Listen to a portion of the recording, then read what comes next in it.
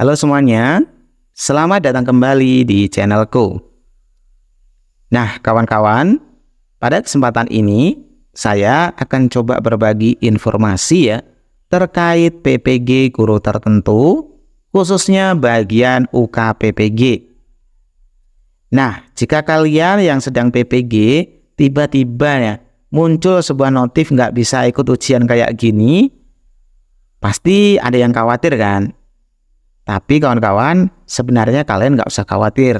Karena sebenarnya notif ini itu ada penyebabnya dan tentu saja ada solusinya. Kira-kira solusinya apa ya? Yuk kawan-kawan, kita simak dulu video berikut ini agar nantinya masalahnya kalian bisa teratasi. Nah Sobat YouTube, coba deh kalian lihat baik-baik dulu ya tampilan pada halaman ini. Di sini muncul first taker, artinya ini baru yang pertama ya. Maksudnya ujian pertama kali.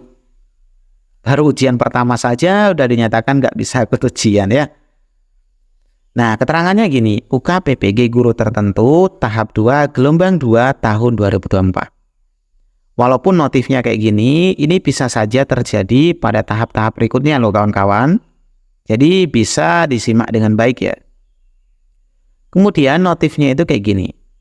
Maaf, Anda tidak memenuhi syarat untuk mengikuti ujian ini dengan alasan Anda belum memiliki nomor induk mahasiswa atau NIM PPG. Jadi di sini itu sangat jelas bahwa bahwa yang ada di sini problemnya itu hanya NIM. Nah, sekarang sebelum kita jawab masalah ini, kita perlu tengok dulu yang bagian awal ya. Alur ceritanya di PPG ini kurang lebih kayak gimana sih gitu. Kan dimulai itu ini ya kawan-kawan ya.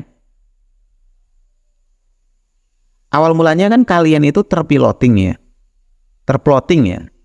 Maksudnya dipanggil PPG gitu. Kemudian kalian itu bersedia atau tidak dengan konfirmasi kesediaan. Nah, setelah Anda melakukan konfirmasi kesediaan, Anda itu kan diarahkan untuk lapor diri. Jadi Anda lapor diri ke PPG, ke LPTK-nya ya. LPTK penyelenggara. Nah nanti setelah kalian lapor diri ke LPTK penyelenggara, pihak LPTK tadi akan menerima datanya kalian. Nah tujuannya apa sih kok harus lapor diri gitu maksudnya? Tujuannya agar data dirinya kalian itu masuk di LPTK. Supaya LPTK bisa tahu, oh data diri mahasiswanya itu ini. Nah, nanti kalian akan ditetapkan sebagai mahasiswa PPG di LPTK tersebut.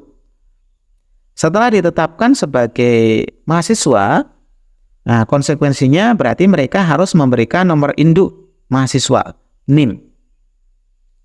NIM ini diberikan dari LPTK, kawan-kawan. Jadi bukan langsung tiba-tiba muncul di PMM ataupun halaman UKPPG ini. Jadi ini dari kampus dulu atau LPTK dulu. Nah, dari LPTK nanti ada tahapnya kawan-kawan. Pihak LPTK akan mengirimkan data dirinya kalian beserta NIM-nya semua mahasiswa yang ikut PPG itu ke PD Dikti. Jadi nanti datanya itu dikirim dari LPTK ke PD Dikti. Setelah masuk di PD Dikti, nah berarti ibaratnya masuk tuh di berangkasnya PD Dikti itu. Nah, nanti halaman ini UKPPG ataupun biasanya PMM juga ya, itu menarik data, melakukan sinkronisasi data ke PD Dikti. Jadi data di PD Dikti tadi ditarik supaya masuk di halaman UKPPG ini. Nah, biasanya nariknya gimana kalau nggak otomatis? Berarti kalian harus melakukan sinkron. Biasanya ada menu sinkron tuh kawan-kawan di pojok kanan atau nggak salah itu. Kalian klik ya. Setelah kalian sinkron, tunggu aja sekitar 1 harian, biasanya nggak sampai ya. Kalau nggak ada gangguan server, nah data NIM-nya kalian yang di PD Dikti akan ketarik di website ini untuk daftar ujian.